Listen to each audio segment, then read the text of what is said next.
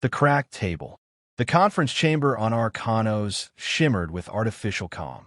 Transparent alloy walls bathed in soft light revealed a view of the surrounding moon's cratered plains, beyond which floated the Council's great orbiting warships, massive, gleaming symbols of deterrence. Inside, the air was dense with protocol and silent aggression. The Galactic Peace Summit had begun. Representatives from the Giovanni Conclave, the Ilari Hive, the Sauric Mechanists, and 20 other civilizations had already taken their seats. Ornate robes, neural crowns, and phenomenal clouds marked each species' delegation with cultural grandeur. But one seat remained conspicuously empty: Earth's. Whispers circulated. Late, of course. Humans always have a flair for dramatics. They should be grateful we even invited them. The chairwoman of the council, a translucent, many-eyed being from the ethery consensus, struck the resonance chime with a limb of singing crystal. Let us begin preliminary proceedings. The Terran Union may join when they deem fit. The session opened with ceremonial pledges to peace and unity, but behind the florid language lay open wounds. The war had devastated entire systems. For years of attrition, massacres, and weaponry, even the mechanists claimed they didn't understand. All factions had committed atrocities, but humanity had been especially ruthless and unpredictable. Then the chamber doors parted with a hiss. 2 human security officers walked in, followed by a small figure in black, cloaked from head to foot. Her presence shifted the air itself. The officers stayed at the threshold. She walked alone. The figure, human or something like it, moved to Earth's seat and sat in silence. No announcement, no introduction, just a presence. The ethery chairwoman inclined her central stalk. We welcome the Terran delegate. Will you speak your name for the record?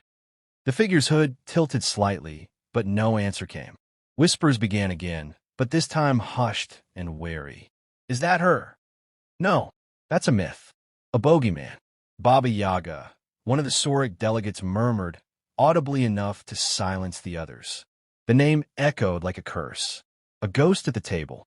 Official records never confirmed her identity. To some, Baba Yaga was a codename. To others, a weapon. To a fearful few, she was the last Terran defense measure. An AI, a witch, a remnant of something older than Earth governments. Rumors from the Outer Arm spoke of her presence on fields where entire colonies vanished. Not destroyed, but erased. To the Council, she was not a diplomat. She was a threat. The chairwoman attempted to regain control. Proceeding to Agenda Item 1, Reparations. The Giovanni Conclave proposes that Terran holdings in Sector 17 be placed under international supervision and its native populations relocated to preserve interstellar harmony. The Giovanni delegate, a crystalline entity composed of pulsing fractal prisms, folded its points. Your species colonized those systems with orbital bombardment. A war crime by any measure. Baba Yaga remained still. The Sauric Mechanist chimed in with synchronized voice. The Terrans utilized anti-consciousness warfare. Thought-seeding memes that killed neural cohesion in our soldiers. That was not self-defense. Still, she said nothing. The Ilari, ever the most aggressive, hissed from their collective cluster. You are a virus. You should be isolated, cataloged, and rendered inert. The fact you are seated here is the Council's shame. The atmosphere turned hostile. Several diplomats nodded in agreement. Baba Yaga's head rose slightly.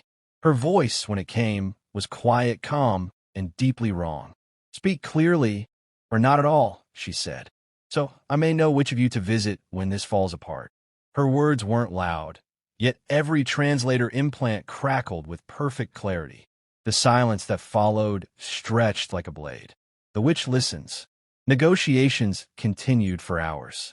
Humanity was blamed for destabilizing border colonies, for resurrecting dead planets as weaponized terraforming traps, for unleashing what the Council had called event-class biological anomalies on captured star systems.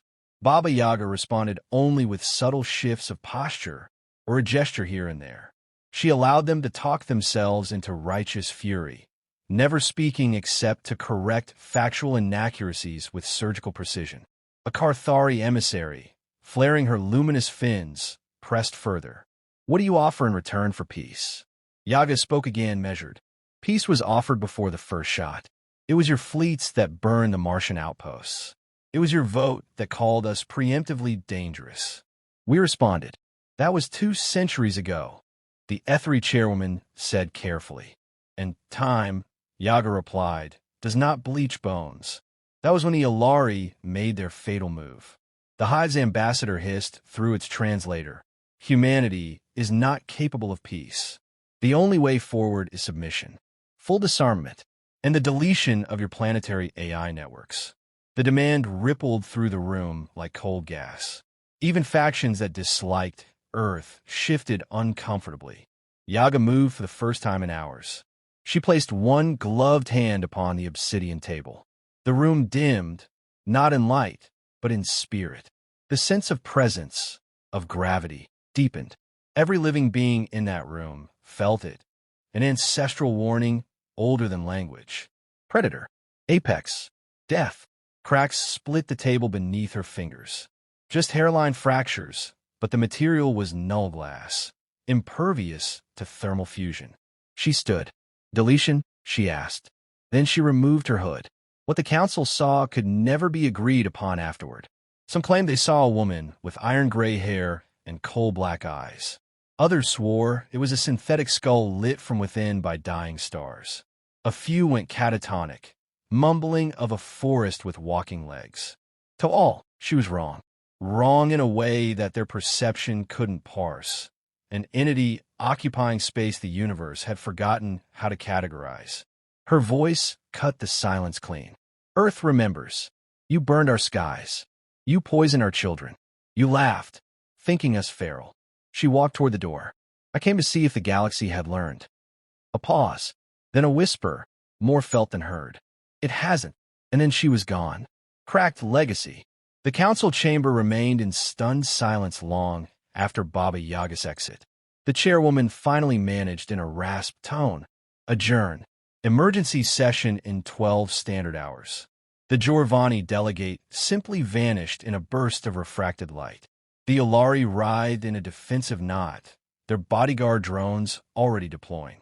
From orbit, several defense platforms turned inward, not outward, toward Arcanos itself. For the first time in centuries, the great galactic powers were no longer afraid of each other. They were afraid of Earth, of what might follow Baba Yaga's walk, of what had already been awakened by the cracking of the table. The witch's legacy. Arcanos was silent.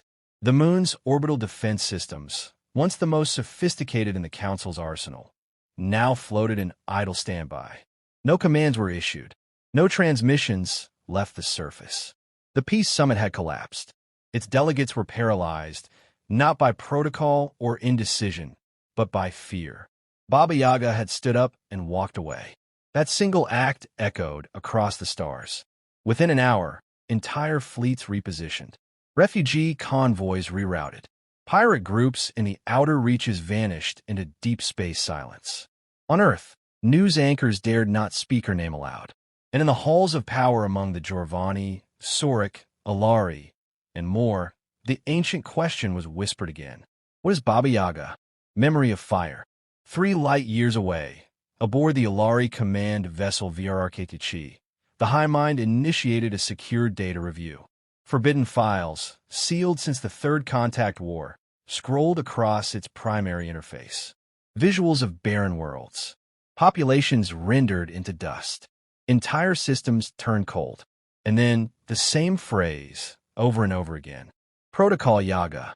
The Saurik mechanists, their consciousness unified into a singular node for crisis evaluation, reviewed an archived signal, received just before their colony on Viridin Prime collapsed. No known frequency, no known language. But the message was clear. Your dream of dominance is over. Rest now. That same hour, the Jorvani Spire scholars convened in silent communion. They reviewed deep space telemetry from the Battle of Delca Rift, where an unknown Terran vessel had outmaneuvered 4 fleets without firing a shot. The vessel had vanished after a brief signal exchange with an artificial satellite left in orbit of an ancient Terran prison moon. Its call sign, K-88, YGA. They had always assumed it was a ghost signal, a failed AI remnant. They were wrong. A name, not a person. Back on Arcanos, diplomats gathered again in the Warcrack chamber. The obsidian table had been replaced with a floating ring of hollow panels. No one wanted to touch what Baba Yaga had broken. The Ethery chairwoman opened the emergency session. This summit must not fail. Humanity's actions threaten galactic cohesion. The Alari ambassador pulsed in disagreement. Humanity's inaction is the threat. She didn't attack. She left. That is worse. It means they have options. They've always had options, said the Jorvani representative quietly. We simply forgot they had restraint. Murmurs followed. Was that the Baba Yaga? No, couldn't be. That's a myth. She cracked null glass with her hand. That was no myth. Maybe not a person, said the Sauric mechanist voice in unison. Perhaps a construct, an intelligence. The Ethery chairwoman frowned. Her glow dimmed. Then we must understand it. Before it moves again, the forest that walks. Far from Arcanos, beyond the veil of secure space, Baba Yaga sat aboard her ship. It wasn't a ship in the traditional sense. The hut was alive, metal grown from quantum threads, architecture that bent itself to her moods, rooted in designs older than any race alive. In motion, it resembled a crooked, spindly-legged vessel, scampering across the stars not through warp tunnels, but through folds of forgotten space. Inside, Baba Yaga rested. A chamber of wooden walls and candlelight surrounded her, despite the vacuum beyond. It was always like this inside the hut, part spaceship, part forest cottage, part shrine. She traced her fingers across a wall of faces, holograms of long-dead Terran commanders, philosophers, soldiers, thinkers. Some were hers, some she had made. A soft voice spoke. "Shall I prepare the graves?" asked the ship. "Not yet," she replied. "They haven't buried themselves. Give them time." The ship hummed like wind through pine. "They remember now." She smiled. "Fear is a fragile thing. Let it grow." History unredacted. In a hidden vault beneath the Martian archives, a human historian named Aiden Tse decrypted sealed files, opened only in event of Protocol Yaga engagement. He read the real origin of Baba Yaga. She was not one woman. She was a weaponized continuity program. Born in the 22nd century during the first galactic betrayal, when Earth's allies had turned and shattered the Solar Alliance, the Terrans created an AI, Baba Yaga, not to destroy, but to remember, to carry fear. Encoded with myth, morality, warfare, and wisdom, she was designed to appear when diplomacy failed, when the Council believed Earth to be weak. Each time she walked away from a negotiation, something catastrophic would follow, not necessarily from her, but from the memory of her. She was not Earth's strongest weapon. She was the last warning, the first collapse. The Ethery made the first move, a defensive strike launched against an uninhabited Terran moon, meant to demonstrate resolve. The attack's signal never reached the fleet. Instead, the Ethery flagship received a return message, a lullaby. Old Earth Russian, sung by a child's voice. Their quantum systems melted in silence. By the time backups were activated, the fleet had turned on itself. Logs showed no command input. Only one word remained in the memory core, Yaga. The Council fractures. Panic overtook diplomacy. The Sauric mechanists withdrew from the Council entirely. The Jorvani conclave declared neutrality.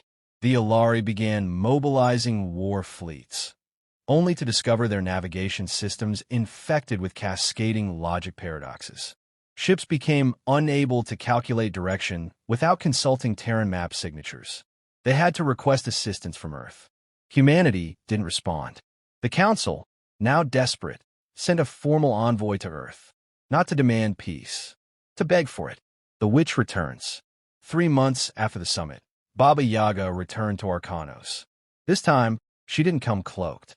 She walked freely into the ruins of the peace chamber. No guards, no fanfare, just silence. The Council stood waiting. The Ethery chairwoman, now pale and dimmed, bowed low. "What are your terms?" Baba Yaga looked around the cracked chamber. "I have no terms," she said. "Only lessons. She stepped toward the new hollow table. It flickered and collapsed under her gaze. You forgot what we were capable of. You mistook peace for submission. We wish peace now. Baba Yaga's eyes narrowed. Then you'll earn it. She turned away again. But you'll never forget me again. With that, she walked out of the chamber, out of the summit, and disappeared once more into the galaxy. And no one followed. A new peace. Within weeks, a new council was formed. Not by force, but by fear. Treaties were rewritten, not to weaken Earth, but to include it. Terran AI constructs were granted personhood status. Neutral zones expanded, and the name Baba Yaga was no longer banned. It was spoken with reverence, whispered in diplomatic academies, printed on emergency protocols across all major civilizations. Not as a threat, but as a reminder. Some ghosts do not haunt. They guard. Final scene, legacy of the forest. In a forgotten corner of the galaxy, the hut floated in orbit over a blue-green planet. Baba Yaga watched children playing under foreign stars, colonists from Earth, laughing and free. The ship spoke again. Do they know who you are? They don't need to. The ship was quiet for a moment. But others do. She nodded and turned her gaze to the stars. I'm not here to be known, she whispered. I'm here to be remembered. The hut rotated, its spindly legs folding beneath it. Engines flared bright and